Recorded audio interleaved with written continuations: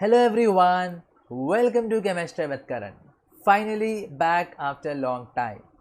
In this video, we will be starting discussion about IIT JAM 2022. इस video में हम discuss करेंगे कि what is IIT JAM, what is the eligibility to apply for this exam, what will be the paper pattern, and most important, what is the syllabus for this exam. अब आगे बढ़ने से पहले आपके मन में एक क्वेश्चन ये ज़रूर आएगा कि आप मेरी बात क्यों सुने या फिर आप मेरी चीज़ क्यों फॉलो करें इस पेपर से रिलेटेड। बिकॉज आज मैं खाली इंट्रोडक्शन दे रहा हूँ, मैं आगे आपको स्ट्रैटेजी दूंगा,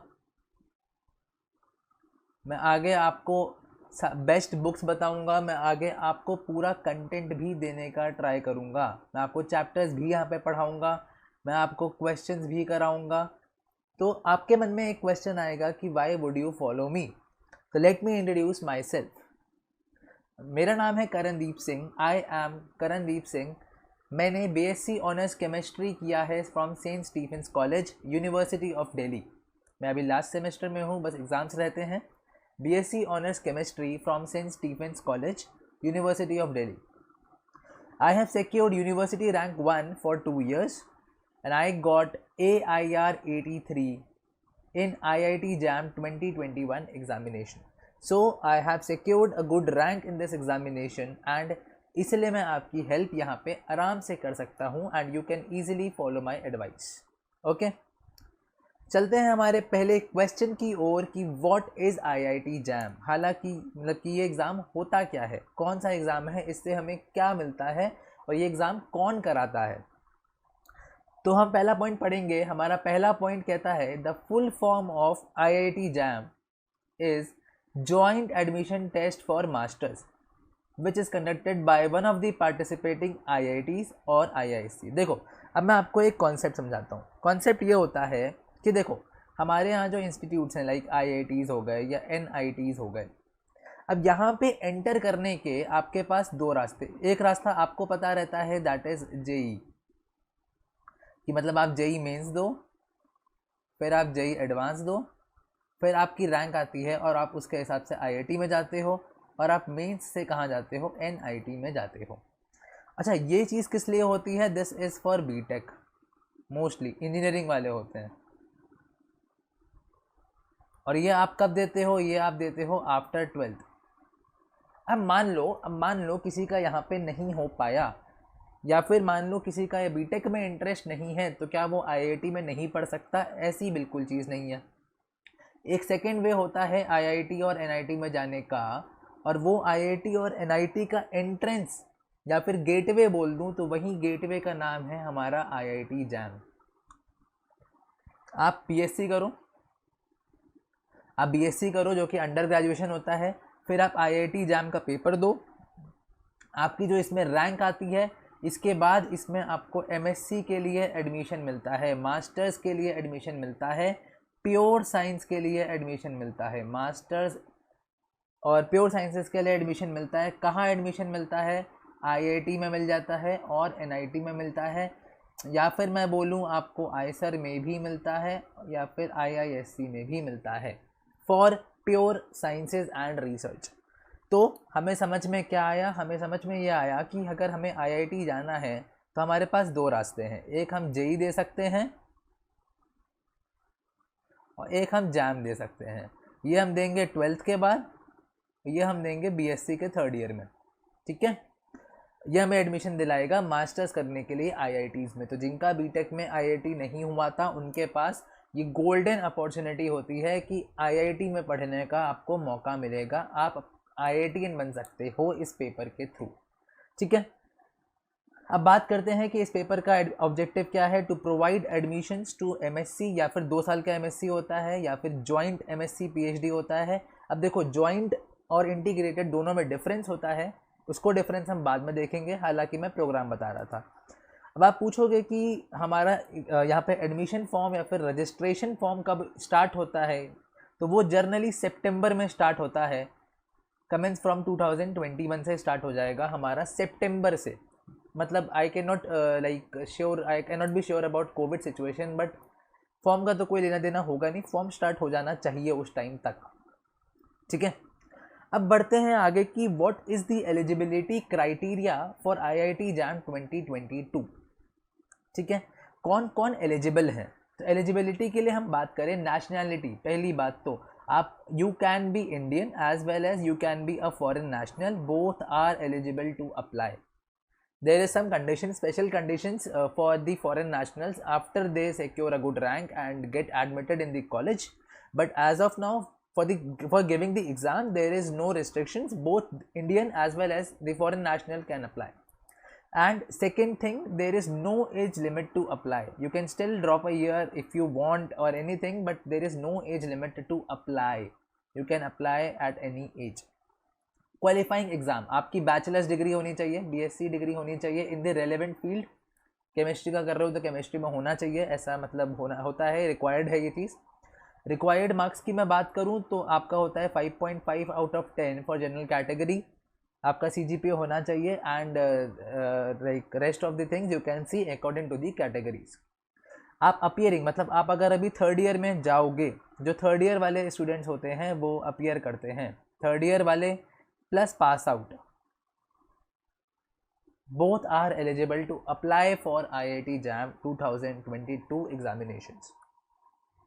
कौन कौन से कोर्सेज होते हैं हमारे पास? MSc केमिस्ट्री होता है, जॉइंट MSc PhD होता है, न्यूक्लियर मेडिसिन होता है, MSc PhD डुअल डिग्री होती है. ये सारी चीज़ें और इनकी मिनिमम रिक्वायरमेंट्स आपको यहाँ पे दिख जाएंगी, ठीक है. अब चलते हैं आगे कि पेपर पैटर्न क्या होता है IIT JAM एग्ज़ाम का. तो पहली चीज़ मैं बता दूं, पेपर जो हमारा होता है that paper is online exam, मतलब कंप्यूटर बेस्ड एग्ज़ाम होता है. कैसा होता है? कंप्यूटर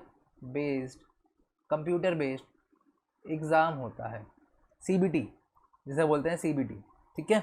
ऑफलाइन नहीं होता, आपको टिक करना होगा, OMR भरने का कोई नहीं होगा, आपको कंप्यूटर बेस्ड टेस्ट देना पड़ेगा.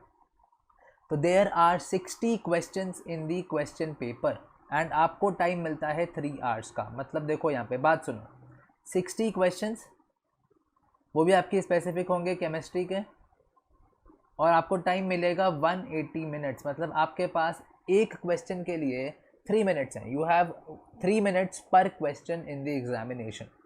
ओके, तो क्वेश्चन टाइप की हम बात कर लेंगे. क्वेश्चन टाइप की बात करें तो देयर विल बी MCQ, मैं यहाँ पे बता देता हूँ. पेपर टाइप की बात करूँ क्वेश्चन टाइप की तो MCQ, MSQ और NAT. What is MCQ? MCQ का मतलब होता है मल्टीपल चॉइस क्वेश्चन, MSQ का मतलब होता है मल्टीपल सेलेक्ट क्वेश्चंस, और NAT का मतलब होता है न्यूमेरिकल आंसर टाइप क्वेश्चंस. इसका मतलब क्या हुआ?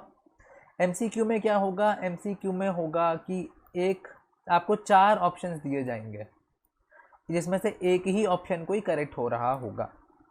MSQ में क्या होगा? MSQ में क्या होगा कि आपको यहाँ पे MSQ में 4 ऑप्शंस दिए होंगे, A, B, C, D, और यहाँ पे 1 और मोर देन 1 करेक्ट होगा. या तो A करेक्ट हो जाएगा या तो D करेक्ट हो जाएगा. 1 और मोर देन 1 करेक्ट. अब NAT में क्या होगा? NAT में नो ऑप्शंस, कोई ऑप्शन नहीं होगा. आपको क्वेश्चन दिया जाएगा और जिसका आंसर या तो इंटीजर होगा या तो कोई डेसिमल में नंबर होगा, ठीक है, या तो डेसिमल में कोई नंबर होगा. लैंग्वेज की बात करें तो it will be English language only, in English language. Total marks का कितना का पेपर होता है? तो 100 मार्क्स का पेपर होता है. इसका मतलब 60 questions, 180 minutes and 100 marks, 100 number का ये पेपर हो रहा होता है. नेगेटिव मार्किंग की बात करूं तो there is negative marking in only section 1, मतलब खाली आपका MCQ में नेगेटिव मार्किंग होती है और MSQ और NAT में नहीं होती. अब बात करते हैं कि किसमें कितने क्वेश्चन आएंगे. सेक्शन A होता है आपका MCQ, सेक्शन B होता है आपका MSQ, सेक्शन C होता है आपका NAT. टोटल क्वेश्चंस कितने होते हैं? 60 क्वेश्चंस होते हैं और 100 मार्क्स का पेपर होता है. हमारा MCQ में कितने क्वेश्चंस होते हैं? 30 क्वेश्चंस होते हैं. There are 30 questions in MCQ, there are 10 questions in MSQ, there are 20 questions in NAT. And how they are distributed, MCQ में क्या होता है, there are 1 to 10 questions are of 1 marks each, तो there are 10 marks, and 10 to 30 questions are of 2 marks each, that means 40 marks.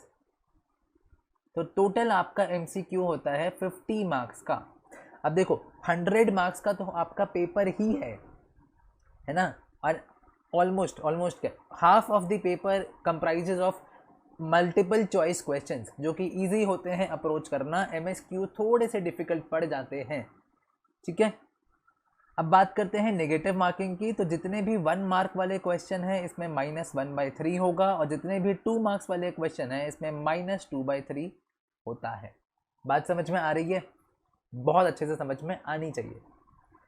अब हम बात कर लेते हैं सिलेबस की। तो देखो सिलेबस की मैं बात करूं, जो आपका IIT JEE का होता है एडवांस का, उससे अगर आप कुछ परसेंट अराउंड 30% 40% ऐड ऑन कर दो तो वो आपका जैम का सिलेबस बन जाता है। क्यों? क्योंकि काफ़ी सारी ऐसी टॉपिक्स हैं जो एडेड हैं आपकी ग्रेजुएशन के बेसिस पे, नॉट ऑन 12th का बेसिस, ठीक है। देखते हैं, जैसे बेसिक मैथ्स भी आती है थोड़ी सी हमारी, वो आपका ऑलमोस्ट आप पढ़ते हो अपने 12th में, वो काम आ जाएगा आपके। मॉलिक्यूलर स्ट्रक्चर पढ़ते हो, क्वांटम आपने नहीं पढ़ी है, क्वांटम आप पढ़ोगे BSc में पढ़ोगे, BSc BCC नहीं है, this is BSc। Theory of gases, gaseous state है, सॉलिड स्टेट में जैसे आपने मिलर इंडिसीज या फिर ये सब चीज़ें आपने XRD नहीं पढ़ रखी है, बेसिकली आपने XRD नहीं पढ़ रखी है 12th में, वो आपका नया पड़ेगा। थर्मोडायनामिक्स, मैं आपको सिलेबस की लिंक दे दूंगा, पूरा नीचे लिंक दे दूंगा डिस्क्रिप्शन बॉक्स में, और आपको इस स्लाइड्स की PDF भी मैं दे दूंगा। अभी नहीं, मैं इसको बाद में आपको प्रोवाइड करा दूंगा, मैं आपको लिंक डिस्क्रिप्शन बॉक्स में डेफिनेटली दे दूंगा ऑफिशियल सिलेबस की। केमिकल एंड फेज इक्विलिब्रिया, आपने फेज इक्विलिब्रिया नहीं पढ़ा हुआ है अभी तक, आप BSc में पढ़ते हो, सेकेंड ईयर में पढ़ते हो। और यहाँ पे ध्यान देने वाली बात यह है कि हमारे सिलेबस में खाली 1 कंपोनेंट एंड 2 कंपोनेंट है। जो हम ट्राइंगल बनाते थे 3 कंपोनेंट वाला, वो हमारे सिलेबस में नहीं है। इलेक्ट्रोकेमिस्ट्री, कंडक्टेंस वगैरह आप पढ़ोगे BSc में आराम से। पोलैरोग्राफी एक नया टॉपिक है जो आप BSc में इलेक्ट्रो में पढ़ते हो, मतलब एनालिटिकल में आप पढ़ते हो, ठीक है। ट्रांसपोर्ट नंबर का नया कॉन्सेप्ट है जो आपने 12th में नहीं पढ़ा होगा। काइनेटिक्स है, एड्जॉर्प्शन है, स्पेक्ट्रोस्कोपी तो पूरी ही आपके लिए नई पड़ेगी एकदम। फोटोकेमिस्ट्री भी आपके लिए पूरी नई पड़ेगी, फोटोकेमिस्ट्री पूरी न्यू टॉपिक होगा। हम सब कुछ कवर कर रहे होंगे धीमे धीमे, उसके लिए आप चिंता बिल्कुल मत करना। ऑर्गेनिक केमिस्ट्री का भी आप सिलेबस देख सकते हो आराम से ऐसे ही, और ऐसे ही आप इनऑर्गेनिक का देख सकते हो। अब एक बात इम्पॉर्टेंट आती है कि हमारे पास 12th में मैथ्स होनी चाहिए, ठीक है, to apply for IIT JAM। अब कुछ लोग कहेंगे कि ये कंपलसरी है। हाँ, it's compulsory, I know, but ऐसा 100% ट्रू की बात मैं तो नहीं बोलूँ, क्योंकि अगर आप बायो बैकग्राउंड के हो तब भी आप क्या कर सकते हो, आप NIOS आप देख सकते हो, गूगल पे डालना NIOS, इसका आपका 12th का मैथ्स का पेपर होता है। NIOS का 12th का मैथ्स का पेपर आप अपीयर करो, आप उसको क्वालिफाई करो, देन आप एलिजिबल हो, आप भी एलिजिबल हो। तो मतलब अगर बायो वाले हैं तो उनको निराश होने की नीड नहीं है, आप NIOS का पेपर दो, 1 साल में 1 बार पेपर होता है, you can qualify it and you will be eligible to apply for IIT JAM examination. Clear हुई? अब बात आती है कि मैं आपकी इस चीज़ में कैसे हेल्प करूंगा। आपकी नेक्स्ट वीडियो में लेके आऊँगा स्ट्रैटेजी फॉर JAM 2022, ठीक है। फिर मैं आपको बेस्ट बुक्स बताऊंगा कि आपको बुक्स कौन सी रेफ़र करनी है, और ऐसे ही हम चलते रहेंगे। फिर हम कंटेंट पढ़ेंगे, हम टॉपिक्स पढ़ रहे होंगे, हम क्वेश्चंस प्रैक्टिस कर रहे होंगे, ठीक है। और आपको बस क्या करना है, आप यहीं तक अभी तक अगर आप यहाँ पे आए हो तो पहले जाओ वीडियो को लाइक करो, और चैनल को सब्सक्राइब करो अगर आप नए हो, और बेल आइकन को प्रेस करना बिल्कुल मत भूलना। आपको मैं अच्छे से अच्छा कंटेंट यहाँ पे देता रहूँगा, क्योंकि मेरे पास जैम का पूरा एक्सपीरियंस है कि मैंने प्रिपेयर कैसे किया और मैंने कैसे ऑल इंडिया रैंक 83 अचीव किया। ठीक है, मिलते हैं अगले वीडियो में, स्ट्रैटेजी फॉर जैम 2022। एंड मैं थोड़ा सा आई एम नॉट वेल, अभी I am not keeping well, इसलिए काफ़ी ज़्यादा गैप भी हो गया था, तो थोड़ा सा आपको बियर करना पड़ेगा। I will try to come back on my track very soon. Till then keep supporting the channel. मिलते हैं अगले वीडियो में, only on chemistry with Karan.